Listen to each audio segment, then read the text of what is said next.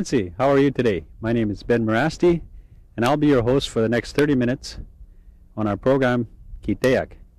Our guest elder this morning is Frank Monias of Hollow Water, Manitoba. Like most elders we've had on our program, this elder candidly talks about what life was like for him as a child and as a young adult 50 to 60 years ago. I'm Frank Monias from Hollow Water Reserve, and I'm 64-year-old. Okay, and I want to talk about that's about 49 years ago. 49 years ago, I was only about 15-year-old at the time. My parents were still alive. I'm going to tell us the way they brought me up. The way they brought me up a long time ago. It used to be no roads here, no power at that time. We didn't have no power. No. That time there was no fridge because no power. Long time ago, no power. Well, what they used to do, they used to dig the to put some stuff there, Kehte-Hiyak, put their meats to cool off because no fridge at that time. That's what they done, and there was no ban office, no welfare that time. Nothing, only welfare. So they used to hunt in the summer, go up, kill moose or a deer, and then when they get moose, they cut up all the meat there. But that's why they used to dig a big hole there. That's their fridge. Big hole, then cover it up and pull it off.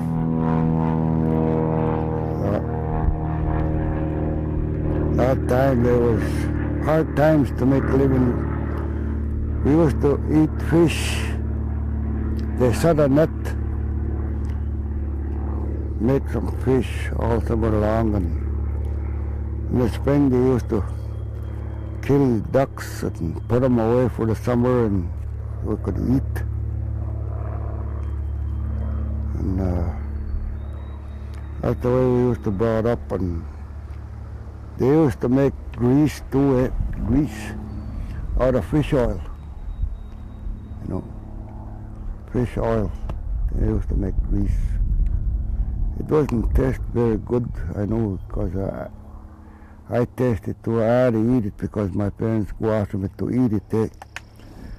They used to put sugar so it'll taste good, but still it doesn't taste good. I used to use a bannock and eat it, sugar. That wasn't taste very good, but I had to eat it. Yeah, that time they had tough time. But they brought us up. They brought us up in the fall. Same thing. They used to go in the bush, hunt moose or deer, whatever they can get there. They go up trapping. They go trap all winter, trapping. And they used to dry some meat too, moose meat, dry meat. Boy, that would taste good. Sometimes I used to just go and pick it up and start chewing it because dry meat. Yeah, and in the winter we used to fish in winter. We've done a little bit of fishing in the winter. In the spring too, we trap rats muskrat, beaver. We eat beaver and muskrat then, put them away. Anytime you want to eat beaver or rat, you just take it out.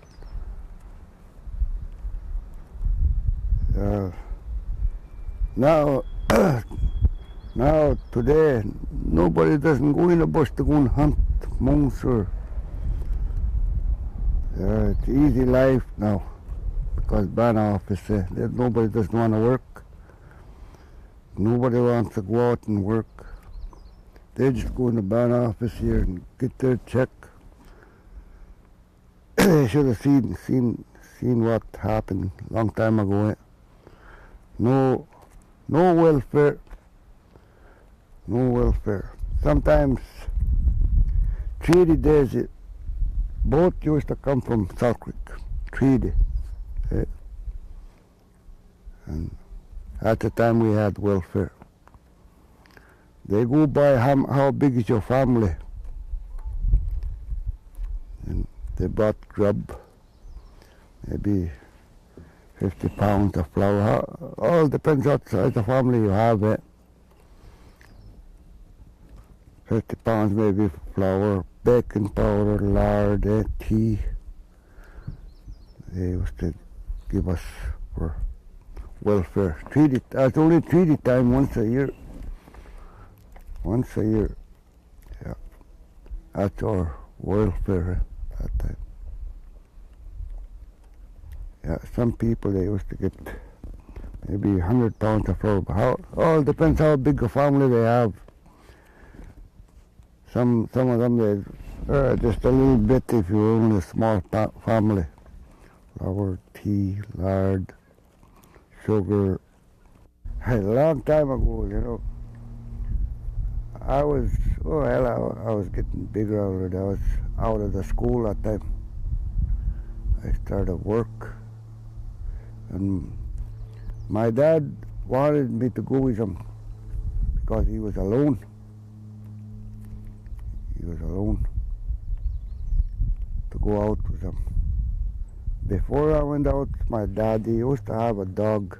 I'll tell you that how he shut the net when he was alone. My dad was alone. He had a dog. He had a long pole, nailed together, long ones. Oh, long pole. And then he put it under ice. He was a hook. Make a hole. Shove it ahead. Make another hole. When he comes to how long that net is, and then he pulls that line in. Then he had a dog there. He had dogs, but he learned one dog there to pull the net. To pull the net under the ice. So I guess he tied that dog with a harness into that line. My dad went back over there. He's gonna set. I didn't see him how he done it, but he told me that before I started going with my dad fishing. The dog used to help him. So when he got over there, he was ready to set. He just called his dog, come on, come on. So the dog started going towards my dad over there, pulling the net under. Oh, my dad. It was just like nothing, he says. Just like that, he says. I didn't need nobody to help him, just my dog. He was pulling under the net, he says. So me, I sat here. When he comes to me here, and then he stopped, he says. And now I'm finished setting net. He must have learned that dog good. Yeah. Yeah, he had a dog there. And then me, when I was only about 17-year-old at that time. I was out of school. So he wanted me to go with him studying. I started helping my dad fishing. Now it's easy setting nets because they have jiggers there. But that time I only used pole. You just pull under that pole. They might make us work when I were kids. My dad had 2 team horses, and he had cattle. And then in the winter, my dad goes out and fish. Well, I was just a young guy. I was only around that, I would say about 14-year-old at that time. We were small. We had to look after the cattle and the horses, because my dad was away to try and make a living for us. We go out in the bush. We got a haul of wood.